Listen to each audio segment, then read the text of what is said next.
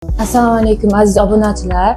Men Xorazmdan Baxtiyorova Zuhraman. Menga 2025-yil may oyida ko'krak saratoni tashxisi qo'yilgan va undan keyin o'sha onkologiyada ximiya va operatsiya deb aytishgan.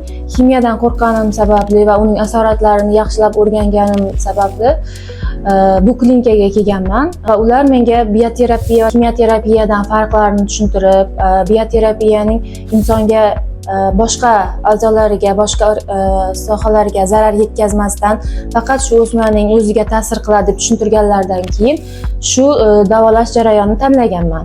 Menda o'sha ikkitadan keyin juda katta natija ko'rsatilgan. Boshida ancha katta razmerlar bilan kelganman.